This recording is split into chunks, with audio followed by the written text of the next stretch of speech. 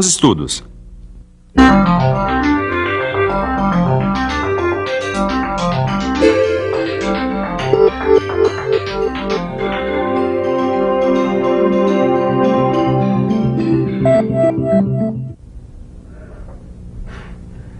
As nossas unhas não param de crescer. Por isso, nós temos que apará-las sempre. Esse ritual que nós fazemos de dias em dias, visando a nossa higiene pessoal, é muito habitual no universo da mecânica. Nós podemos encontrar diversas situações onde nós teremos que utilizar uma tesoura. Bom, é claro que não é uma tesoura como essa aqui, mas uma desse tipo aqui. Apesar da diferença de tamanho, o princípio é o mesmo. Mas em que casos uma tesoura é utilizada? Pensando ainda nas nossas unhas, nós podemos, ao invés de cortá-las com a tesourinha, apenas lixá-las. O acabamento seria bem melhor, mas tomaria um tempo enorme numa operação muito simples. Em mecânica, acontece algo parecido. Na teleaula de hoje, você vai aprender que existem ocasiões em que é necessário retirar uma quantidade maior de material em um tempo menor, para facilitar a usinagem posterior. E vai conhecer as principais operações que auxiliam nesse trabalho, como cortar, serrar e cinzelar, e também os instrumentos utilizados em cada uma dessas operações.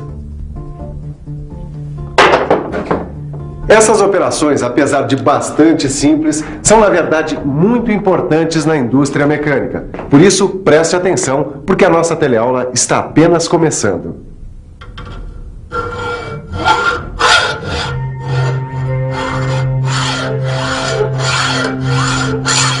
Cortar pedaços de material é uma operação comum no mundo da mecânica. Isso compreende algumas operações básicas. Você pode cortar material com uma tesoura manual ou com uma guilhotina. Pode serrar manualmente ou com auxílio de máquinas. E pode cinzelar com um cinzel, como esse aqui, também conhecido como talhadeira. Por exemplo, você pode preparar material para fresagem com o auxílio de máquinas de serrar. Ou você pode fazer esse corte manualmente, na desmontagem de conjuntos mecânicos, como no corte de cabeças de rebites. Neste caso, poderá contar com a ajuda de uma talhadeira. E dentre todas as operações de corte manual, o corte com tesoura é o que economiza mais tempo e material. A tesoura funciona muito bem para cortar chapas de até 1 milímetro de espessura. E para chapas mais finas como essa, dá para usar a tesoura manual. E repare que o corte é mais fácil quando a chapa é encostada bem próximo da articulação da tesoura. Assim você vai ter que fazer menos esforço para fazer o corte. Obrigado. Ah, então olha só.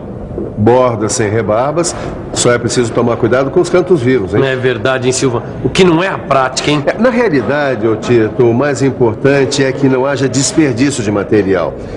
Desperdiçar matéria-prima é uma coisa que não se deve nem pensar. Portanto, qualquer que seja a operação que você esteja fazendo, tem que se levar em conta esse fator. Qualquer que seja o material que você esteja usando na hora do corte, a operação tem que ser planejada, ou seja, cortar as dimensões mínimas, apenas o indispensável para que a usinagem seja executada. Ah, é aí que entra esses cortes. Quer dizer, aí que vem a necessidade de cortar, serrar ou cinzelar. Isso para economizar tempo e material. Exatamente. E para cada necessidade, você vai ter uma ferramenta e uma técnica especial. Dá uma olhada, Silva. Eu tô precisando cortar um pedaço de chapa como esse aqui, ó. Só que nesse pedaço, o corte não é reto, tá vendo? Vai ser difícil cortar essa chapa com essa tesoura reta aqui, ó. Bom, mas aí nesse caso, meu caro Tito, você vai usar a tesoura manual curva. Ela é apropriada para fazer esses cortes côncavos e convexos. Na verdade, há sempre um tipo de tesoura para cada necessidade. Quando você precisar fazer um corte reto de pequeno comprimento, vai usar uma tesoura manual reta. Se você tiver que fazer um corte curvo de comprimento pequeno, você vai usar também uma tesoura manual reta, mas com lâminas estreitas. Agora, se o corte que você precisa executar é como esse que o tipo mostrou, ou seja, com raios de circunferências côncavos e convexos, vai ser necessário uma tesoura manual curva.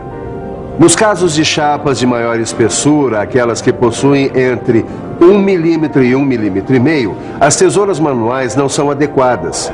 O melhor mesmo é utilizar uma tesoura de bancada. E quando a chapa for mais espessa ainda, digamos com 3 milímetros, o negócio é usar uma guilhotina mecânica. Enfim, para cada necessidade, uma técnica especial. Numa linha de produção, o operador de máquina não pode ficar preocupado e nem perder tempo com o corte do material no tamanho certo. Por isso, eu já adquiri esse material cortado. Aqui não foi utilizada tesoura e nem guilhotina, e sim uma serra.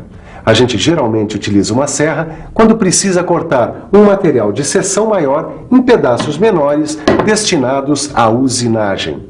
As serras também são utilizadas para abrir fendas e rebachos, como nesse caso aqui. Esse corte foi feito através de um serramento, a operação de corte de materiais que utiliza a serra como ferramenta. O serramento pode ser manual, dependendo do trabalho. Aí você utiliza um arco de serra, como esse aqui, com uma lâmina de serra fixada no arco. Mas para trabalhos em série, o mais adequado é utilizar as máquinas de serrar. Existem vários tipos de máquinas. Por exemplo, tem a máquina de serrar alternativa, horizontal ou vertical para cortes retos. Essa máquina reproduz aquele movimento de vai e vem que é próprio do serramento manual. Tem também a máquina de serrar de fita circular, que também pode ser vertical ou horizontal. Nesta máquina, podem ser feitos cortes de contornos internos e externos. E a máquina de serrar de disco circular. Cada uma delas vai atender a uma necessidade específica. Mas seja com arco ou com máquina, o item mais importante na operação de serramento é justamente a lâmina de serrar, ou simplesmente serra. E como sempre, cada trabalho, dependendo da sua necessidade, vai utilizar uma lâmina específica. Portanto, é preciso muita atenção e cuidado com a seleção das lâminas de serra. Por exemplo, as lâminas para operações manuais são diferentes das lâminas para operações com máquinas. Estas aqui são lâminas para operação manual e estas outras para operação com máquina. Repare que os números de dentes destas lâminas para serra manual são maiores. Existem também diferenças no material com que elas são feitas, nos formatos e nas dimensões. No seu livro de estudos você vai encontrar uma tabela com a descrição pormenorizada desses diversos tipos de lâminas. O mais importante é que a escolha da lâmina de serra seja adequada ao tipo de trabalho que você for realizar. Ô Silva, como é que eu faço essa escolha? Assim, como é que eu sei exatamente que tipo de serra eu devo usar para um determinado trabalho? Bom, para isso a gente não pode deixar de usar uma coisinha muito valiosa. A velha e boa tabela. Nossa, quantas opções, hein, Silva? Deve ser difícil usar ela, hein? Vamos ver com calma. Se você for usar uma lâmina de serra de fita, então você primeiro tem que saber que material você quer cortar. Certo. Hoje eu mandei o seu Aurélio cortar uma peça de ferro fundido com 15 milímetros de espessura, certo? Então olha aqui. Nessa coluna aqui você procura o tipo de material que está utilizando, certo? No nosso caso foi ferro fundido. Na parte superior da tabela você vai procurar a espessura do material. Ele pode estar aqui nessa coluna de 13 a 25 milímetros. Agora você tem o número de dentes por polegada que vai precisar para selecionar a lâmina, como também a velocidade que deve utilizar na hora do corte. Olha aqui. Bom, mas tem uma coisa, ô Tito, a tabela ajuda, mas não é tudo, pois ela resume bastante a informação. E todo bom profissional que queira se manter atualizado vai ter que estar sempre consultando os manuais e os catálogos dos fabricantes. Agora clareou, Silvio. Eu acho que eu já posso começar a serrar, viu?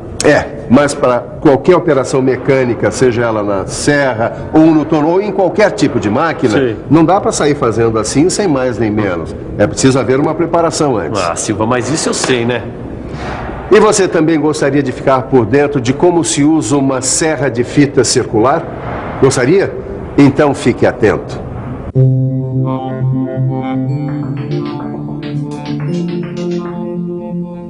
Serrar com uma serra de fita é uma operação mecânica através da qual você corta um material com uma lâmina de serra ou fita submetida a um movimento contínuo circular. Esses cortes podem ser retos, curvos ou mistos, com ou sem saída. Como é uma operação rápida e de fácil execução, é aplicada na preparação de peças a usinar. Mas o processo de execução tem vários passos. E o primeiro passo é justamente traçar e marcar o material que vai ser cortado. O segundo passo é selecionar a lâmina de serra. Nunca é demais lembrar que a largura da lâmina varia de acordo com o corte, e o número de dentes deve estar de acordo com a espessura e dureza do material. O comprimento, em geral, é especificado na máquina, mas pode também ser calculado de acordo com os diâmetros dos volantes e a distância entre os centros. Uma vez selecionada a lâmina de serra, o próximo passo é montar a serra. Lembre-se também de selecionar ou regular as guias em função da lâmina de serra. Por isso, troque ou regule as guias, caso seja necessário. Afrouxe o tensor e então coloque a serra. Verifique se os dentes da serra ficaram para fora e voltados para o sentido do movimento da serra. Feito isso, ajuste a serra girando o tensor, lembrando que a tensão não deve ser demasiada. Depois, feche as proteções da máquina. O quarto passo é a preparação da máquina. Consiste em regular a rotação, sempre consultando a tabela e, se for necessário, regular também a posição da mesa, segundo a inclinação do corte. Por fim, o quinto passo é a própria operação de serrar. Ligue a máquina. Aproxime o material da lâmina de serra e inicie o corte, exercendo uma pequena pressão. E termine o corte respeitando o traçado. Aqui vai também uma dica de segurança. Quando estiver se aproximando do final do corte, empurre o material com um pedaço de madeira a fim de evitar acidente. Mas nem só de cortar ou serrar se vive numa oficina. Às vezes também é preciso cinzelar. Algumas operações não devem ser feitas com tesouras ou guilhotinas, nem com serras manuais ou mecanizadas. São aquelas que o mecânico de manutenção realiza para abrir rasgos, cortar cabeças de rebites, abrir canais de lubrificação e cortar chapas. Como você pode ver, é uma operação totalmente manual e simples.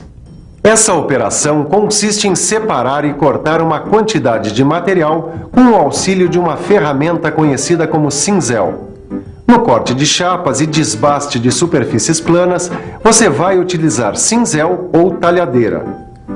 Com uma afiação adequada, o cinzel pode ser usado para vazar furos próximos entre si.